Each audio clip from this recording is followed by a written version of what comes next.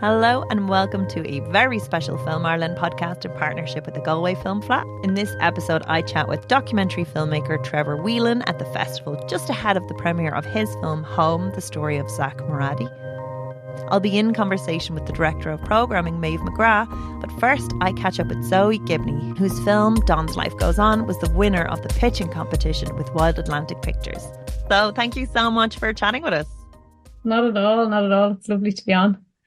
So you're celebrating, I imagine, after a pretty fabulous Sunday. Tell me about your idea and what it was like pitching. Well, it was terrifying pitching. Actually, pitching itself was fine, but the 12 hours before it was like teeth-chatteringly terrifying. My nerves were shot. But actually, the flat had this amazing thing set up where we were mentored for 3 hours the day before with a company called, I think it was My Smash Media, they were called, and they were amazing, like invaluable 3 hours. And actually how I felt going into those 3 hours and coming out and how everyone's pitches changed a little was amazing. So that was really cool. So then by the time I came out of that, I definitely felt a little calmer. And then, and then there was just the day itself. So Sunday morning and you're all in and you're up doing this pitch in front of an audience, which is a bizarre thing when you're someone that sits in a room writing, because then you're like a performer, it feels like, in front of people, which is so far into what you do, really. Do you know what I mean? So it was, it was kind of a pretty scary experience, but it went very well. And so the premise of the pitch is kind of just, I suppose it's kind of an Irish story and story on immigration. It's to do with squatters' rights and kind of things that I'm a bit fascinated about. People's rights to a place to call home is a theme that comes up in a lot of my writing, actually. I'm very intrigued by it. And so this story is just about a guy who lives a very lonely life on an island after his parents died, and like probably a decade ago, and his brother has gone on with his life and he got left with the family farm and is just kind of staying stuck in safety, I suppose, with just day in, day out the same. And he like rarely leaves the island, and he does for one weekend. And when he comes home, he's got these two imposters in his home. There's a little boy sitting on a sofa and a woman cooking dinner in the kitchen. And the story follows him trying to get these out and the absurdities of the islanders around it, because, over on the islands, they actually only hold court like once a month or whatever. So it's like a few weeks before the court gets held again. And I guess there's some different things at play, because maybe some people are kind of happy that he's got a bit of company at last. So he feels like everyone on the island has gone a bit mad. And he feels like he's going mad because nobody's really trying to help him get them out. So it kind of just follows that story and the trajectory, and it kind of has a big turnaround, I suppose, in the end. And maybe he doesn't want them to leave, but he might figure that out all a bit too late. So that's the premise. Oh, that sounds gorgeous and timely. Tonally, what would be comps? Probably like the loneliness, I would say, of like God's Own Country. Maybe not going quite as heavy, but something around that, with like a feel of Lars and the Real Girl in its kind of absurd humor met with loneliness again, but like the humor in how people treat how other people get on with their lives and the softness in people trying to just get people to move on a bit. So probably those. Beautiful. And you've come to this from a slightly different background. Can you tell me about what you do in film? Yeah, I'm a makeup artist, actually. I've been a makeup artist in film now for like the past 13 years. But I've actually been involved in film since I left school. So like 20 odd years. I started off acting in front of the camera for a while, and then I did some stunt work. I did a little bit of art department. I kind of did everything. And then I went back and retrained, and I've been in makeup now for 13 years. So, and I love it. It's what I know, I suppose. And were you writing quite quietly in the background? I suppose you're watching films happen in front of you.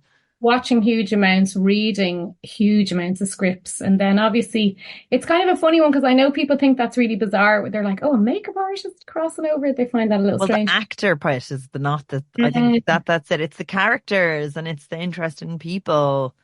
Exactly that. And it's kind of like being really aware of the nuances of a character and where they're arc is going, because you have to be aware of that at all times, you know, yourself when you're breaking down your script. And obviously you shoot out a sequence, so you're constantly aware of where your character is at any given time and how you can help tell the story. And it's in such a subtle way usually. Well, sometimes you get to do nice big dramatic makeups and whatever, but otherwise it can be just in a really subtle way. So yeah, so a real awareness of storytelling, I suppose, and script reading. And yeah, and I've been writing probably since my teens, to be honest. But I only started script writing just during the pandemic, actually, because my stepdad does script writing as well.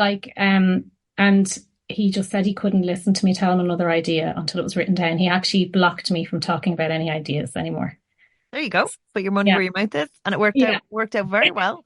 Yeah. Very, very well. So Yeah. tell me what the process is like. You give your pitch, is it 90 seconds? Yeah, that's actually the really difficult part. That's why it's so nerve-wracking. It was the 90 seconds. It's kind of like you're just getting it down so tight. I mean, it's an amazing thing because actually you have to be so aware of your story and what is driving it forward. And you really have to pick your points that get you from beginning to end and also get people intrigued. So it was kind of a fascinating process because I never would have written a pitch that small. You do your treatments and they're kind of, you have a few pages to get that stuff down usually. But even originally to get into it, it's a 500 word pitch. And then when I timed the 500 words, that's actually 2 minutes, 10 seconds. So even at 500 words, I was 40 seconds over. So yeah, you're kind of getting it down really tight. Fast talking, that needs to happen. And then they grill you afterwards a little bit, like they start the questions. Yeah. How did that feel? That's the bit that I'd be terrified about. Yeah, I was terrified, but actually I think I got off a little lightly. They didn't seem to ask me a huge amount. I feel like I actually can't really fully remember, to be honest with you. I probably blanked it out a little bit in shock. But they definitely asked me about my comps actually. But other than that, I felt it was more feedback than questions. Actually, they asked me who my audience would be. That was one that I thought I would get very stuck on. But, I kind of just thought, well, the audience is going to be someone who likes slightly absurd romance stories. So I don't know what that audience is really, but that's the audience you're aiming it at. So yeah, I feel like those were the only questions. It was actually fine. That bit was okay. And afterwards, did you have an inkling that you were like going to win? That was the most exciting.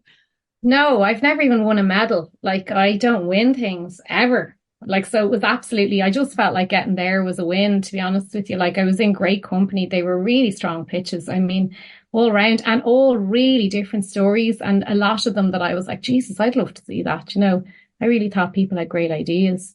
So no, and I just didn't let my brain go there really. I was just so delighted that I got through it without, I was so afraid of drawing a blank. That was my biggest fear. So I got through it without doing that. And then I just thought, no, I was just delighted with myself then. I hadn't thought beyond that. I definitely didn't think I was going to win. And then the funny thing is when I did win, because the name of the piece is Dawn's Life Goes On. And I don't know why I'd forgotten it, but they said the word Dawn instead of Zoe, was the first. And I just thought someone called Dawn had won. And then I clicked, it was me.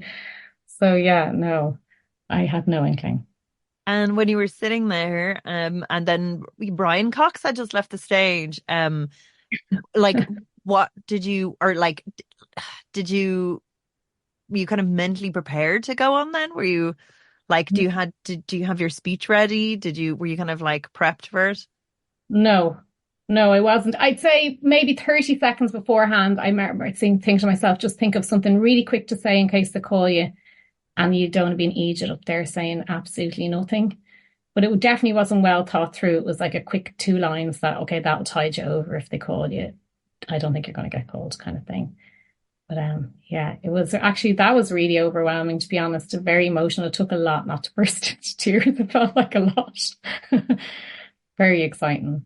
Yeah. It's a really, really big achievement. Yeah, I felt like you're in with the top people in the top industry festival in a country that I think storytelling is part of our DNA. So you're like, that's some achievement. thanks so much. Yeah. Yeah, it is. It's amazing. I guess it hasn't sunk in lots of ways, and it's kind of a bizarre thing. Like I really didn't want to enter because I didn't realize when I first entered you had to do it in front of people. And then it was a couple of friends pushed me, and one in particular, she's a writer also, actually, Naomi Sheridan. And I was like, but I'm not a good storyteller. Like I can write it on a page, but I don't feel I tell stories very well. And she convinced me that I did. So anyway, I put it in. But yeah, that was the scary bit, was to, the way you can feel like you write a good story, but you mightn't be the person that tells a good story. Do you know what I mean? Well, you obviously are. And then with the prize money, you can buy Naomi a few pints. Yeah, yeah, definitely. Yeah. And with there much celebrating then on the Sunday. Yeah, it was great. Sure, I feel like the whole weekend was just one massive celebration anyway, isn't it? But yeah, like, Not if you're prepping for a pritch on the Sunday. The whole thing is you just being. well, I walked like 18,000 steps around Galway on Saturday because my nerves were so shot that I couldn't sit still. Every time I sat with someone, I was like, I'm sorry, I just have to go again. I just had to keep walking. I was like walking the whole of Galway. So I think on Sunday I was like, Jesus, I crashed and burned. No, but I didn't. Like, I mean, I went out and celebrated, but I was pretty wrecked because the adrenaline. But yeah, definitely such an amazing, inclusive feel down there. Like, and especially if you work in the industry, it was just like every second person you kind of knew, and everyone's really rooting for you. And I think that's a really gorgeous thing about being part of Film Crew in Ireland. Like, they really, really want everyone else in the crew to succeed. Like even going back into work, that's like when it's so exciting because we work with, these stories and these people all the time. And when you feel like it's one of your own that gets it, the energy that comes towards you for that is just the most beautiful thing. And that's kind of been the most overwhelming thing from it. It's just been gorgeous. That's really, really beautiful. And you're on set now. What's your call time? 5:45 in the morning. Oh my God. Yeah. Do I get shorter days if I'm around? Yeah. Yeah. Well, actually, it's more the procrastination. I think you just work really, really late night. We're coming up to it. I like late nights. I can do those actually easier than I do 5:45 in the morning, I tell you. And are you Yeah. prepping your treatment now? Are you kind of like inspired to kind of like get this on the page? Do you have other Yeah. ideas that you want to get across the line? Yeah, I'm working on actually quite a few things. Actually, I put in three pitches to this, actually, which is an interesting thing as well. So I actually put in three pitches to go forward and one got picked. But yeah, no, I'll work. This is one that's been knocking around in my like for a good while. So I've got bits of it covered already, but I'll go hard on it now. And there's kind of been some really nice energy come towards me about it and opportunities and whatever. So it's a good time to just knuckle down and get it on the page. I am an absolute master procrastinator, as you said earlier, and I love a deadline. So that feels a bit tighter now. I can get a lot done with a deadline. So yeah, that's what I'll just hammer it out now. Fabulous. Well, Yeah. we'll let you get right back to it if you're getting up that early. But thank you so much for chatting with us. We're so delighted for you, and a big, big congratulations. Thanks so much. Thanks a million. So during the festival, just ahead of the exciting world premiere, I met Trevor Whelan in the Hyde Hotel to talk about Home, the Story of Zak Moradi. The film follows the inspiring journey from Zak's childhood in a Kurdish refugee camp to his significant role in the Irish community. So talk to me about this documentary. When is your screening? My screening is today at 4:15. So okay, so we'll have to get you on the way. That's very exciting. Just over an hour away, so it's hugely exciting to have a film screen at Galway. I've always wanted to have a film play here, and to have our world premiere here is pretty special. It's very, very, very special, and it's a really important topic in terms of, I think, politically. It's a very empathetic story. It's it's informational, with that not being the purpose of it. Can you talk to me about how you came on board with it, where the idea came from? I was approached by Ellen James and Will Rock from the One Foundation, and they had the idea, and they're a close association with Zak, and they thought, look, there's something special to be made here with Zak as well, and we need to find someone that can tell this story. And I was lucky enough to be trusted with it. Did a lot of research, and what came to me most, they'd thought about it from a sporting angle and a lot of the GAA, but I really thought there's so much more to explore with this as well. And firstly, what strikes you is the heart and the perseverance of Zak's story, and that's what we needed to bring to the story, was heart and perseverance to be able to get this done. He's such a warm character. He's so charismatic and authentic as well. When you're speaking to him, you can't look at him and not just fall in love with him. I think he's like any guy that you'd meet in a GAA club. He's just one of the lads in that sense. And how much he's integrated into the culture here and merged his Kurdish culture with the Irish culture is really beautiful to see. But he's also educating me on Michael Collins and talking to me about trad music and stuff that I mightn't even know about, and I find that really endearing. And he wears his heart on his sleeve. He talks at 1,000,000 miles an hour at times, and he's hard to keep on track, but he's so excited, and he's just a very lovable guy and great to work with. And talk to me about your process. So you were asked to come on board. Presumably, was there funding in place already? Was that something that you were kind of teasing out as you were going through? So there was funding in place already, and to adjust the scope of what we were going to do, and it had been floated about to actually return with Zak to Iraq, and then you check on any government website and you see that Iraq is a no-go area. So insurance would be. but we also thought this is integral, and this is really will elevate the story to bring this full circle. Because I suppose when I start looking at the story, one thing that really struck me was the importance of home and how we can explore that from somebody losing their home, leaving everything behind, to finding a new home in Ireland after 2 decades waiting in camps where his parents had been, to building a new community and starting from afresh, and then going full circle to return as a person that's developed later, and how that feels to return to that place that you had come from. And I think it's just a lovely circular story there that brings you back. And it's such a, it is the emotional core of that film. I don't want to give too much away. It's as much about the journey. In terms of tone,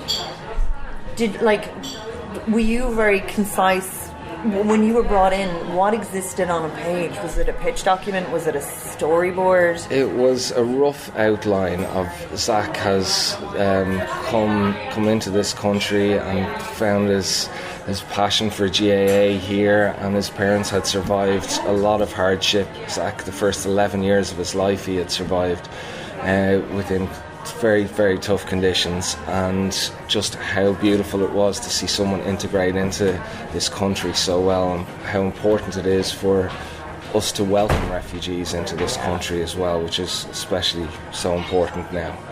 I think it is a good time for this to come off through the rains, because it just seems there's so much rage in society, and it's just getting pointed in one very specific direction very unfairly.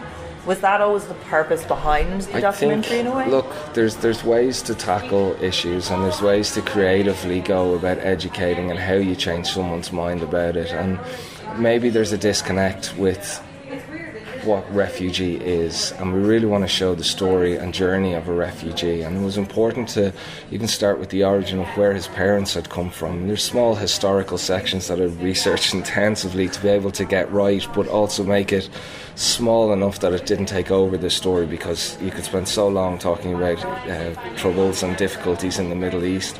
So that all lays as a backdrop to why these people have had to flee. And it could happen to anybody. You see what's happened in Ukraine, everywhere. It can just happen so quickly. And we have to understand what a refugee is, where these people have come from. And then in this developed world as well, how much of a responsibility that we have to look after those who are most vulnerable. And that's it. And if you think about it, what a gift he has been to our society, how he's inspired so many people, and I think this is the thing, he's just his charm. It's so joyous to watch him go on that journey and bridge the links between two cultures, and as a country of people who were so oppressed ourselves, that extending that level of empathy is so important. And I do think you capture that so beautifully in this film. In kind of curating the narrative, how long did it take to shoot it? I think we shot for about 3 months. And oh wow, that's a lot to get in the bag for 3 months. It was spread over 3 months, and there was 2 weeks in Kurdistan region of Iraq. There was a week here, going back to Leitrim a week later, and compiling and editing sections and working out as well. So while of course you go into these things with as much of a plan as possible, you also have to allow things to be organic, and how things grow and how they come to light, and find other new elements of story to explore within that as well. So we were very lucky, and I was very trusted to find that story within it, and had time to do it.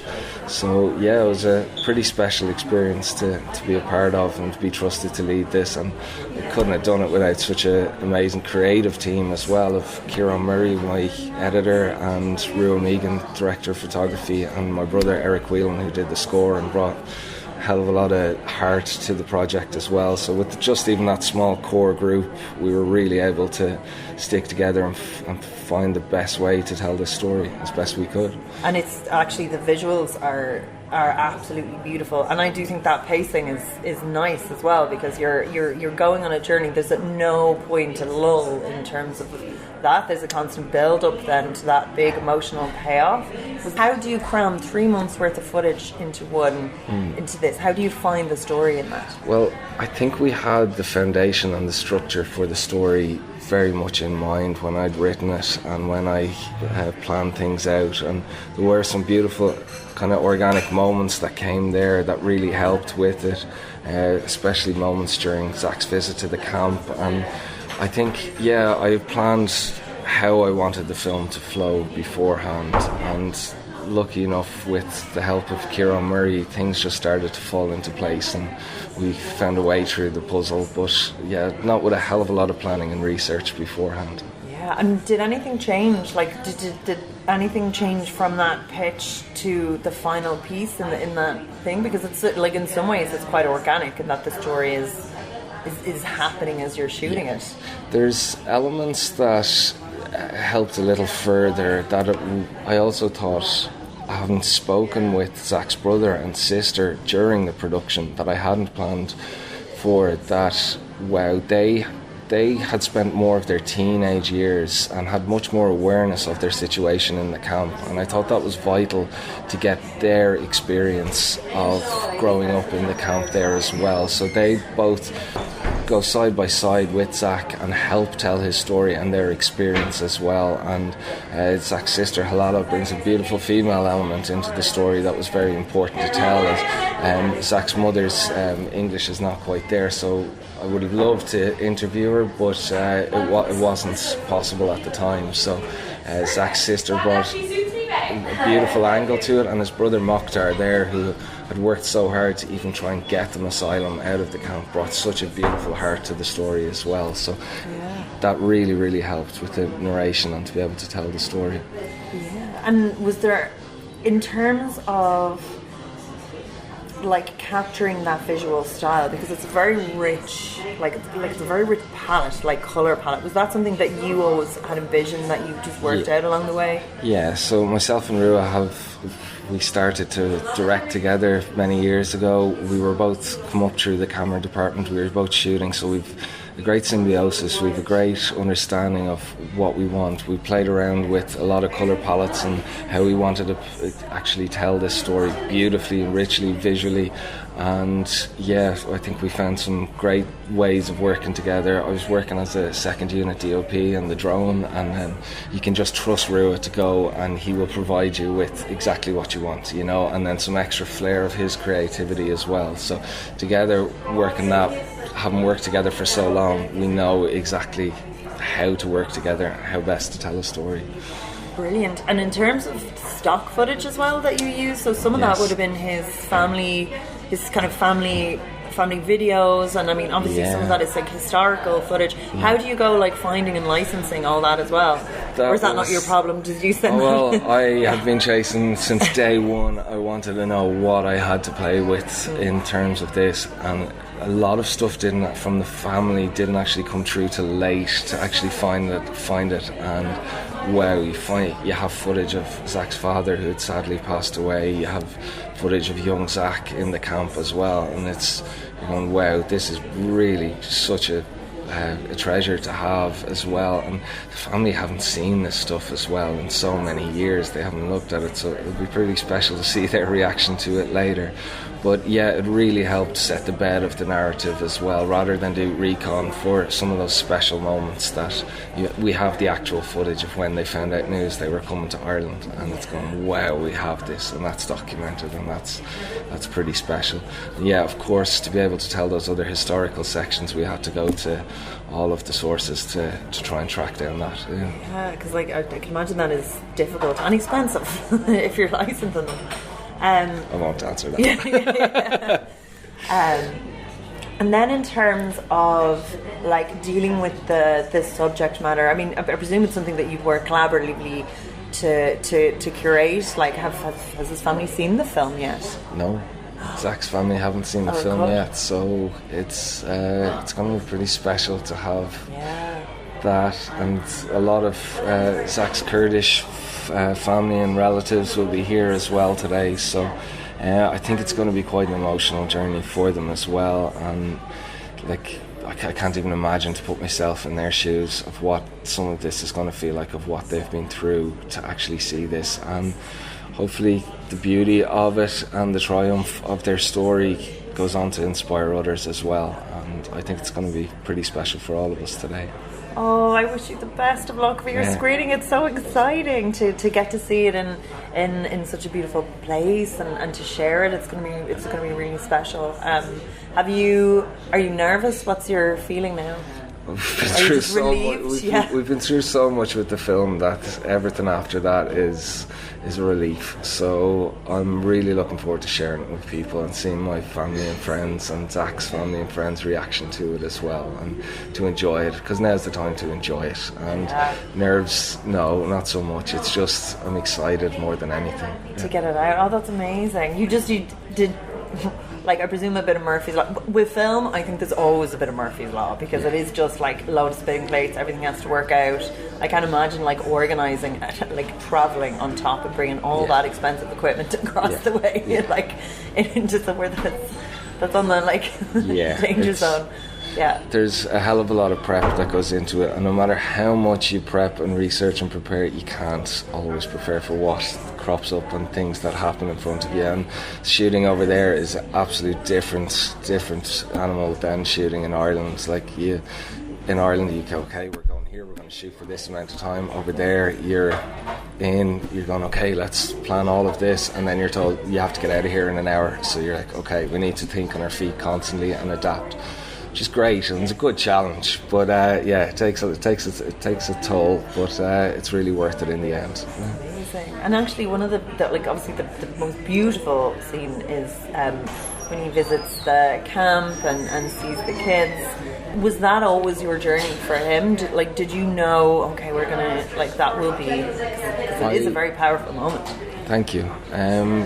Look, I think I'd spoken to Zak about it, and to go back and firstly raise awareness of still the vast refugee camps and the vast refugee crisis within the world is very important, and it's quite an emotional journey for him to go back, and even all of the crew, that many of us hadn't ever been in a refugee camp before. So you kind of go in and you say, wow, I'm quite struck by this, but on one hand, I'm here to do a job, and I'm also representing these people by what I'm actually shooting and creating and making here, and I have a responsibility. So in some ways I need to go into autopilot now, get the job done, and then process the emotions later of it. And they are quite impactful when it comes to you later, but at the time, you really need to focus on doing the best you can at the time. Do you think it changed your opinion so much that the profound lack of empathy here is in some by some people? I mean, there was some terrible thing on even just looking at Facebook comments, for example, that level of vitriol. Do you find that harder to stomach now? I see that but I don't believe it's such a large percentage of what it actually is in the country. I don't believe it represents. I don't want to get into too many politics on it, but within my friends and the creatives that I work with, I don't see that's too much side of things. I see news flashes here and there, but I don't believe that it is such a large percentage of the country that. And that warrants it. I think that's this film celebrates like the humanity and the importance and the value. Like look at what he brings to our culture. Look at what he adds to who we are as a nation. Look at how important his voice is and his not just Zak. So many people that come to this country. You go to the hospital when you're at your most vulnerable, and who's more than likely going to be looking after you? Some new Irish person that's going to be there for you. So yeah, it's not just Zak, it represents everybody. And also on the other side of things, you get to see the importance of our duty when you meet people that welcome Zak and his family here, how important we are to help those people integrate here as well. So it works on both sides, and hopefully we've creatively tackled the issues with love and care rather than documenting the hate side of things. Let's tackle it from the other side and celebrate the warmth and the humanity. But it's such a beautiful film. Thank you so much for chatting with us, and we'll let you go on your way to the premiere. It's so exciting. Really appreciate it. Take care. And now finally, Director of Programming Maeve McGrath gives us the festival lowdown. So thank you so much for chatting with us, Maeve. No problem at all. Lovely to be here, Gemma. Oh, we're just off the back of I think it was my favourite festival yet. It was so exciting. I'm a veteran going down, and there was just such a brilliant selection of films on no small part of yourself, and just a real lovely vibe and some brilliant programs and training programs. I was just wondering if you could talk a little bit about what it was like to put it together. Yeah, so it's, we are really, I say we're post-COVID now, but of course COVID's back. But we are definitely in a place where people are more comfortable being back in the cinema. There's no question about that. We can see that. The figures are there for us. We'd full houses, and really, really delighted with that. And when you're looking at it, and it kind of, a lot of people think, oh, you go into the programme, you're going to put this strand, this strand, this strand, this strand. In essence, the only strand that really stands still every year is the Irish strand. We know there's going to be an Irish strand, and probably What the Fleadh, because you're always going to get in something that's kooky or original and genre film. But this year it was really interesting. We screened 94 features, and for the very first time we screened, not the first time, for the first time for me, we screened a film twice, which was obviously Kneecap, because the demand was so high for that. It's just so hard to fit in a second screenings of anything. A lot of people say, oh, you're going to do press screenings, and we're like, we just don't have the room. So we had 94 films, and I actually really had hoped that I would have 80 films this year, because it's a lot, and it's a lot because we want every film to be introduced. If there's somebody there, we want to do a Q&A. So, you need the bodies, you need people. And because our schedule has a couple of films running at a time, you can't be everywhere. So, if I'm on Town Hall stage, I can't be down Applause. So I thought, look, maybe we'll try and stick to 80 this year, and then there's room and breathing room in between. But it just became really clear very quickly that it was a great year for film, really good year for film. And that really great selection of Irish film, and the international films that were coming in were, wow, just mind-blowing, some of them. And so we knew that it was going to go over the 80. Yeah, we were going to go back into 90. We had 96 last year. So, we watch films. Obviously, we have submission process, and over 50% of the films this year, well over 50% of the films this year came to our open submissions that were screened. And then we speak with agents and distributors, and the sales agents. We go to Berlinale, we go to festivals, we watch films. And so it's a very long process, which starts again now. So we're preparing now for 2025. And, I had my first film for 2025 back in my inbox just after the Fleadh. So it's the circle that starts again. And, we're looking to find films that are fresh, that are new, that are original, that the audience in Galway, our audience in Galway is really important, not just the incoming audience, the industry audience or filmmakers, but our own audience here in Galway. And, we're saying, what will they want to watch? And, obviously they'll want to watch Irish film, they'll want to watch any retrospectives we do, but they want to see really good quality films from around the world. And we were just really, really, really lucky to strike gold with a lot of films that we had seen that we thought, wow, this is a film that the audience should see. And of course, Eve manages the shorts, which is, another huge part of the Fleadh, because, there's a number of shorts award, very important shorts award that allow you to submit to the Academy for consideration, which is a very, very important thing for filmmakers who are either, emerging filmmakers who are just starting off on their shorts, or filmmakers who've been around for a long time who are making shorts. And so that, and then the fair, which is, obviously hundreds of meetings, lots of funders, distributors, and then people who are looking to get funded or distributed coming in. So it's a big thing. There's a lot to be done, a lot to be prepared.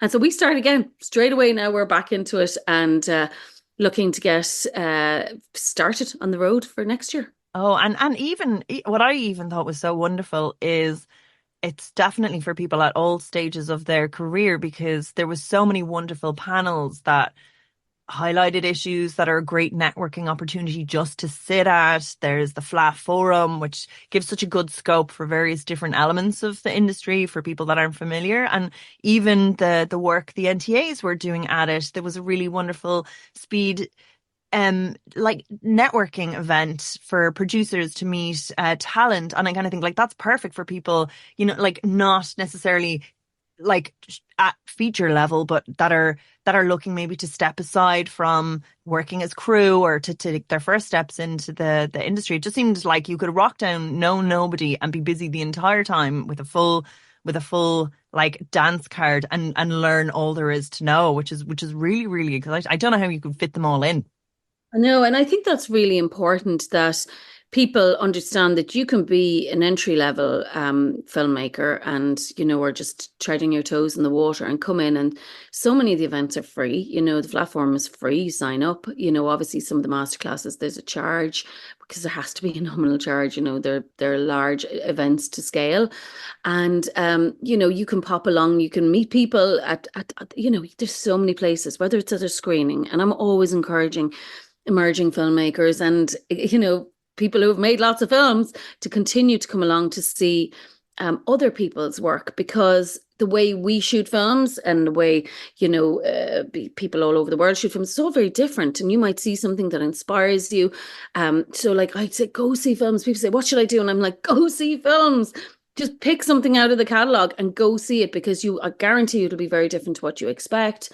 And it'll inspire you, or it might give you a love for a particular genre of film. But then also, yes, go meet people. And I say this, and I don't get a whole lot of time to meet people over the course of the Fleadh, but there's so many different ways, as you said, the NTA is doing so well, and all the various different organized events. And, there could be another probably 50 events if we had room.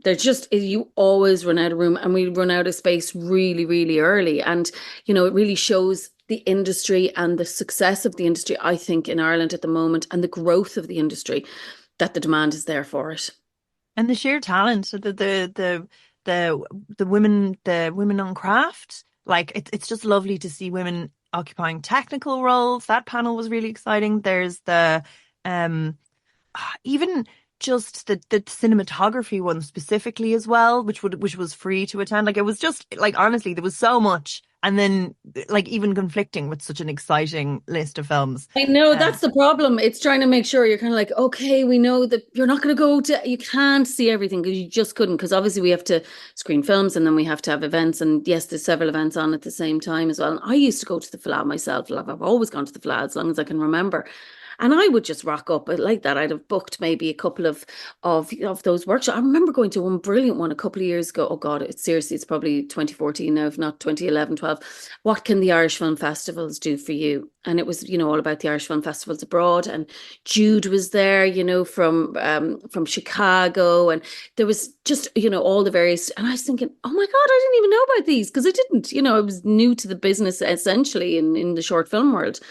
And it was really great because I was like, oh, and then 2 years later, our film was out with Jude out in Chicago, which was so exciting. And that's what you want. You want to say, because there'll be people say, I knew about that all the time. Of course you did. You're in the business a while, but there's a lot of people coming through who it's helpful to know. So, helpful to meet, like you say, like I felt the Irish film festivals abroad, or like you said, the cinematography panel, and Chalk Solis come along and do their events as well. It's just, there's so much there. And I think that, yes, like you said, it's really, really important that you have the craft element, as well as, the various different sectors you have through the creative industry. One of the things we were really excited to see was the country of focus being Palestine. And we spoke with Naz in an earlier podcast about We No Longer Prefer Mountains, which was just a gorgeous film. Can you talk to me about programming that? Did many of the filmmakers get to come over and watch their work here? Yeah, it's every year you have a country of focus. Last year, our country of focus was nowhere. And it was really based around the fact that we got a lot of films that dealt with migrants and people who had no home, or people who were homeless. And so we felt that, we wanted to reflect that in the country of focus, which was people who maybe didn't have a place to call home. So it was nowhere was the country of focus. And, in previous years, there's been Norway and Sweden and, Ukraine. And so this year, one of the very first films that dropped into my inbox was Farah's film, The Teacher. And I watched it and I was like, wow, oh God, I just was blown away. I just thought this film is devastating, obviously, but very timely. And after that, I then started to see, obviously, We No Longer Prefer Mountains, To a Land Unknown, No Other Land at Berlin. There was obviously a lot of films that suddenly became on our radar or were being sent to us. And I think after coming back from Berlin, I had a conversation with Miriam and I said, look, I think there is a possibility that I have, a really nice program of, because we usually do about 5 films in that category of films about, from artists or about Palestine. So artists who may be film artists who make their work about Palestine or directly from Palestine. So I said, I think we have a country focus that would be Palestine. How do you feel about that? And we had a long conversation and we felt that it was appropriate. The work was really extraordinary for anybody who saw, any of those films, To a Land Unknown, as well, which obviously was joint winner of the World Cinema Award along with The Bachelor. Knows that the standard of filmmaking is just unbelievable. So for us, it was an easy decision in terms of we knew that the quality of films was there. But, there's obviously an element of pushback. Not everybody wants you to do that. And I'm afraid for me, that's not good enough. I feel like we have picked our country of focus very carefully. We wanted as well to highlight, like you say, the film artists. We wanted the directors to come or the producers, and we were very lucky to have, we Screwdriver, Mafek. We didn't have the director or producer attend, or we didn't have them from No Other Land. But for the rest of the films, we had either director or the producer, or even the whole team arrived. So for The Teacher, there was 2 Irish actors, of course, in that as well, Andrea Irvine and Stanley Townsend, which was really lovely to see. They played the American couple, so they were all there. And Farah and the producer. So, it was an opportunity for the Irish audience to see the work of Palestinian filmmakers or people who made work about Palestine, and then also hear them and hear what they have to say and hear them talk about their craft. And, as you said, with We No Longer Prefer Mountains, which is a very interesting documentary about the Druze community, something that we don't hear a lot about. And so, and actually, as kneecap, like, really what's very funny is, although they could not on paper or on screen be 2 more different films, there's a lot about culture that it has in common with Kneecap, and about that loss of language and the importance of language and identity and how that's formed. Like, it's funny how, even though things are so different, the themes underlying them, I think there's such a natural instinct for us to really resonate with them. Absolutely. And 2 of them are narratives, and, which is kind of interesting because there's a real story attached to it as well, usually based on, the experiences that the filmmakers have had, whether it's the director, the writer, the producer, and they've dealt with, To a Land Unknown, they had worked for 7 years building up to this films. So there was a lot of research went into it, and you know, it's these complicated stories that, you know, that are being explained on screen by film artists who know their craft as well as know exactly what they're talking about. So I think that was really important for us. And, you know, it obviously, you know, we had, like you say, Kneecap were in there, and Kneecap are very vocal about their support for Palestine as well. And you know, it made for a very interesting program, actually, because it made for conversation as well. And I think it's really, really important that we talk, and that we talk about films, what the films are about, and also particularly with documentary. And documentary is a really big part of who we are at the Fleadh. And, you know, getting stories out there and telling other people's stories is very, very important. It is, and another element, I think it's so wonderful to watch it, because it's such an industry focused festival, and it's so nice to celebrate with fellow filmmakers. But is indie film, is those independent films that that, like, you know, like, mightn't have had a huge amount of funding, that might have been a labor of love for most people involved. And I think there was two that just like with the award winning that I really was so excited to see. Particularly, I mean, they're all great. I think it's all inspiring for filmmakers, because it shows like that level of graft and what you can achieve, and how that will take you to the next step of your career. But specifically, I think Nick Kelly's award-winning film now. He was so delighted at the award ceremony. It's so great, and it's mad because I met Nick in Berlin. As I tell everyone, I accosted him in Berlin because I was in the middle of another meeting and I saw him passing by, and I just said, "Excuse me," and I jumped up and I said, "Nick, what are you making? What are you pitching here? I want to chat to you." And you know, we chatted then and had a wee chat, and then spoke by email and that, and by phone. And you know, he was preparing the song cycle, you know, and we saw a very early draft, myself and Miriam, and loved it.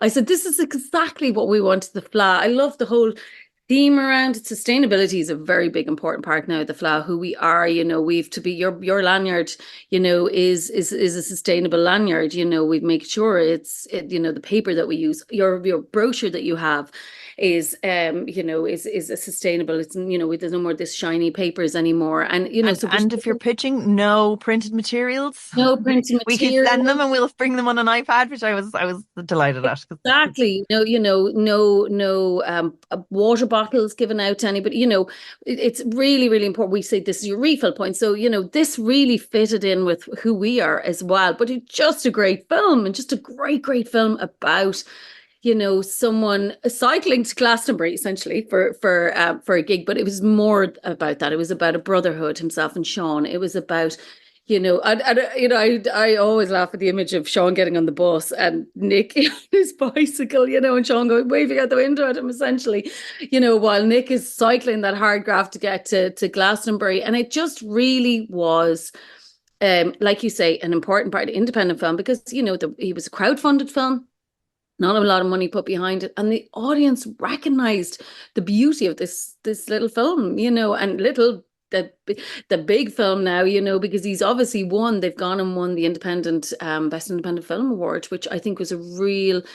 I kind of hadn't expected it, actually. I wasn't sure what would win, and because there was quite a number of independent films this year as well. And we're talking, I'm not joking, we're talking really small budgets. We're talking not even tens of thousands for some of them for feature films. And you know, when you have to then compare them to the larger films, it can be very, very difficult in a film festival. But they really, I felt, stood out this year, the independent films. You know, we had Dreamtown, Steve McKenna's Dreamtown, who I know you spoke. And we have a podcast on them if anyone wants to scroll back, but it's absolutely. And there is determination and grit, and, you know, determination to make the film. And, you know, Yarrow is DOP on that, and Yarrow and Stephen have a great collaboration there in terms of partnership in filmmaking. There was Mark O'Connor's Amongst the Wolves. You know, they're just, people are making films. John Farley's on Taifsha, you know, people are saying, I'm going to go out and I'm going to make it. And it can be very, very hard then to stand in a festival against, you know, big funded films, understandably. So I'm really happy that we have that award that can be given out and really recognise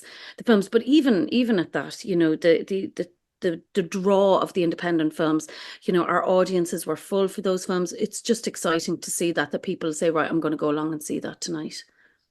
Wonderful. And look, I think it was such an exciting festival. It was so lovely to be to be at it, to be enjoying it, to be there with such talented people and to celebrate the industry with the industry, which was really exciting. Um, when you go back home now and you're like yourself and Miriam and the whole team are going through your forms and filling everything out, is there any takeaway? Is there anything different about this festival than previous years? Or is there do you notice trends at all when, like when the kind of dust has settled and everything is finished? It's funny because we do survey. This is really important because for us it's a place where people give us feedback and tell us what they want to see or what they don't like. It's really, really important part of the process actually for us. Because that's what we're doing at the moment. We're taking that apart now and looking through because people get to answer various different questions about demographics and things, which is really important to us. Where are people coming from to watch films? But also, we have a space to say, right, tell us a little bit about what you want to see more of, what you hate, what we should do better. And, we should always be willing to take on criticism of whatever level that is and be able to make changes and fix whatever, somebody might say, well, that's not working because X, Y, Z, or we feel excluded or whatever. So for us, we go through that. I think that the Irish language is a really, really important part of the growth of the Fleadh. And it's a really important part of our audience's needs. They really want to see films in the Irish language. Now, that's problematic if they're not being made. So there was 6 at the Fleadh this year and we didn't see many more, if you understand. So if they're not there, it's very hard to screen them. I'd love to be in a position to screen another 10, another 15, because the ones we had were fabulous and it was great to have them. But there needs to be more films, I think, in our language, in our own language. The chúpla focail gum, the sais Gaeilge briste gum. I've broken Irish, but I use it as much as I can. And I think that it's important that there is a focus on that. And I do know that TG Cahir have obviously announced, and Cahir has been a very, very important part of the growth of Irish feature film. We did have a full strand of Irish short films, which was amazing. To have that is kind of incredible. And so I would love to see, and I know other people would like to see the growth of that. That is a big growth area for people. Our Defender films, we do see. So this year I could have screened, I think we had about 8 or 9 films in the Defender category. And I think we could have probably had, I could have programmed a lot more if I had the space, and really important films. That is, we had Invisible Nation in there, obviously, which is about Taiwan and the president of Taiwan. That's a category that people are very interested in. It's where films that are talking about defending, whether it's a country or a human being or a person, or, Amal actually would sit very well in there, which Amal won the Generation strand, about a teacher defending her students. And that is a category that people have really, accepted and really jumped into, which is kind of really exciting for me as well. I was stunned at how well World Cinema did this year. And I'm talking about the whole world of kind of not just the World Cinema category, but cinema from around the world. Films that do really well at our festival are films where older people are on screen. We had several with older women on screen, Malu and Memories of a Burning Body, just as an example. 2 beautiful films with older women on screen. And it was recognised, and people are saying to us, more of that, please. And that's very, very important, because there is obviously another side of the industry where, we don't see older people, particularly older women on screen. And older women are the people that buy cinema tickets. Listen to me. They come. We had sold out for Malu and Memories of Burning Body, and a few more. My brain has gone a bit soggy now, but those films where we're telling stories about generations and people, who have a lot to give us and a lot to tell us, sell really, really well. And it's not even, a risk to take on those films, because firstly, they're extraordinary films, one at Sundance, one at other festivals, and you want people to see them. But also it's putting, older voices out there. And I think that for me, we certainly last year had a similar response when we had, older voices speaking on screen. And so that has come through as a really, really important part of our programming. So we actively seek that out. But I have to say, one of the biggest issues we found this year was the gender balance became very difficult to. It was really interesting, actually. And people say, "Oh well, the best films get through." Actually, I can't remember the figures, and Holly would have them for me, but it was extraordinary how many films were directed by men, essentially. And That's normally very disheartening, actually. very That, disheartening. And yeah. normally we would have our figures are usually bumped up by the cinema, international cinema, because they are brilliant for having female directors. And it was actually almost well, we didn't achieve a full 50-50 gender balance this year, which we did last year. And that is specifically because the films didn't come into us, that we didn't get them, or we sought them out and they weren't there. And we had 32 Irish films, and I think 8 were directed by women. That And that, is. well, in essence, a lot of our Irish films are funded, which is great, either by the Yeah. Arts Council or Teach Car or Commission Oman or Screen Ireland or whatever that is. So there's lots of different strands of funding, or crowdfunded, in their own, which more independent films. But those stats were fairly terrifying to us. And again, because the usual trope that gets spat out at me is, oh well, they were the best films. And I'm saying, no, Yeah. what you don't understand, they were the films that were submitted. Like what Yeah. you're seeing is essentially, we had some other films maybe that might have been submitted, but that were female directors, but they may have been screened on TV or whatever, and we can't screen those. So in essence, there's a long way to go, is what I'm saying. Okay. It's And not, or that things are slipping backwards in terms of yeah, this is a pipeline. This there is a you go. pipeline that was probably set up 2 or 3 years ago that you're only seeing the end of POV it now. great. That POV scheme obviously brought a different range of filmmakers. And I think that look, the book does not just stop with the funders, which the funders obviously should Yeah. be looking at their Oh, but gender it's balance. systemic. It's the Also within the supports. It's industry, what the are producers saying? What yeah. when you're looking for your director, and have we not got enough directors? What are these are all the questions that we're often, and look, we're just the people who get to screen the films. Essentially, at the end of the day, we're looking at them and we're saying, oh wow, so okay, great. And look, the films that we have, like with 32 great Irish films in there, but at the end of the day, that gender balance is not great. It's 6-8 films directed by women, so and the rest then directed by male directors. So that gap Out needs of to be, out of 30s, like out of 32, was it? yeah. Oh So my for God. me, it isn't, and it's not just, by the way, in the roles of, say, director and stuff like that. And we have lots of female producers, as you know, in Ireland. There are many and who do great jobs. Yeah. But it can, is it what is it? What is the problem? I don't know. I have had phone conversations. Someone will say, they'd ring me and say, "Oh, I'm looking for an actor to play this part, and I can't get one. And I've looked, and what about him? And what about him?" And I've said, "Well, did you think about casting a woman in that role?" And this producer actually went, "Oh no, no, I didn't." I said, "Well, I have a Yeah. really great woman, I think, a female actor, I think." And then this, they're kind of going, "I never even thought." And I would go, "I understand you didn't, but maybe in future have a think about that, because that's where it goes." They never. The part was the part of a doctor, and their initial thought was a male doctor.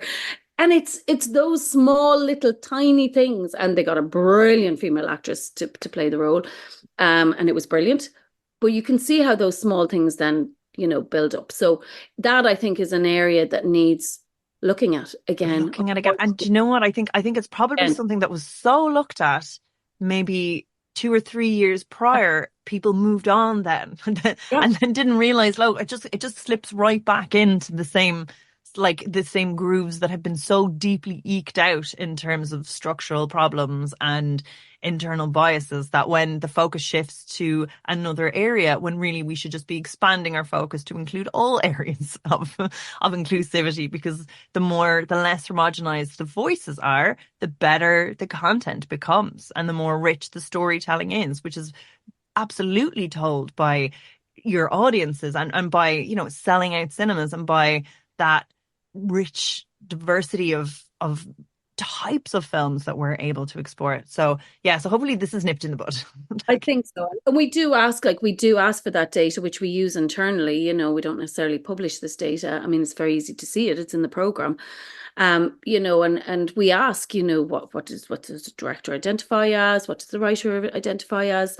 And, you know, then that they can put that in so that we know. And, you know, again, you know, we had a few trans directors and that, you know, amongst there as well. So, you know, particularly in our international cinema, and it's important for us to know because, you know, we then are looking at the films and we're putting them out there. And I think it's very important for me to say that because I know we haven't said it, even though it's in the program. If you go through it, you'll see it.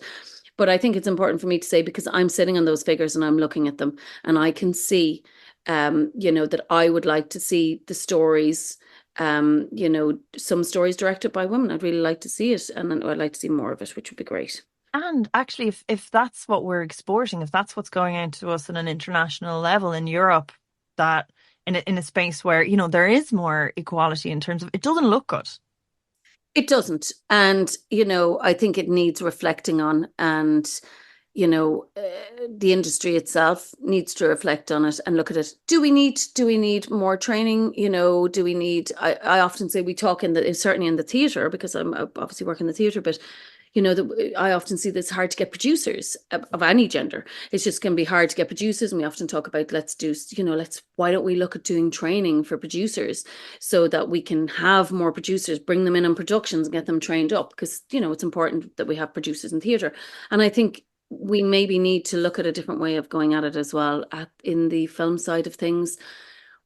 And but my thing is it's so systemic if it's getting to that point. And look, it's not like Screen Ireland aren't working at it. It's not like Commission. Like you get more money if your film has a woman director.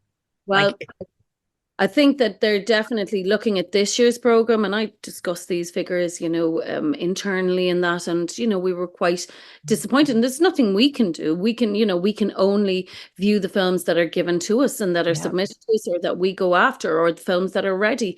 And you know, we will always chase as many films as we can, but you know, essentially, we can only screen what's put in front of us, and that's how they landed this year. So there's work to be done. Oh God! Oh, I want to end on a high note because that's so depressing. Yes, it makes me so sad. Oh, okay. What were some of your highlights? Well, what were the memories that you will take forward? Like being in the kneecap van sounded like good fun. Maybe we chat about that. That was wild. So we had kneecap in on the Tuesday morning. So they arrived on the Tuesday and the lads came out and did, you know, the photo call because it's always important to get that done. And because everybody wants the photographs, and it was gas. Yeah, I ended up getting a lift back to the hotel with myself and Pat O'Neill and Alex from Variety in the back of the kneecap Land Rover. Watch list now. Watch yourself. I know on the streets of Galway. I'll tell you, some really gorgeous moments for me were the certainly Savage Beauty, the world's greatest light installation. That film was just amazing and full house and a really beautiful, gorgeous audience that just were so accepting. This is a great film about you know, this light installation that happened as part of Galway City of Culture and is just so beautiful. And we were really delighted. Galway Hospice came in to watch that film as well. There was at least 15. And it was one of the first films on the Tuesday, the morning after the Tuesday night. So it was the Wednesday morning over in Plus. That was just gorgeous and fantastic. And I think the other one probably, or maybe the other two, Mary Robinson was just fabulous arriving and just taking part in the screening of her film. But the women of Housewife of the Year, without a shadow of doubt. I remember we were kind of running slightly. Tickets. I was out there like looking for scalpers. Couldn't get tickets. And they were there with their original sashes on. And, you know, we always do a Q&A afterwards and we were running short on time. There's another film coming in afterwards. And, you know, I'm always going to hurry up now, you have to get through this film. And I was like, I am speaking to each one of these women. Each one of these women is going to say something. So expect it to go a little longer, because I just wanted to hear from all of them. And that was really lovely. That was so great. And then, you know, those kind of experiences. And for me, the Q&As, I just love doing the Q&As, or post-show discussions as we call them now, because, you know, it's about that chat on stage, you know, with the cast and crew if they're there, you know, and people are so happy. They've just had their film screen potentially in a world premiere. So it's great for me. I love it. And I love, you know, doing that. And we have some great people who come in and help us with those Q&As. I'm not even going to start naming names because I'll forget people, but we had a whole bounty of brilliant post-show discussion moderators this year, and they were just brilliant. It's definitely one of my favorite parts. Oh, and thank you so much for chatting with us, Maeve. We can't wait for next year now. I'll try and get some of my tickets earlier and not be locked in 2025. 2025. Oh, thank you so much. So make sure not to miss out on next year's festivities and subscribe to their newsletter on Galway Film Fleadh, FLEADH.com.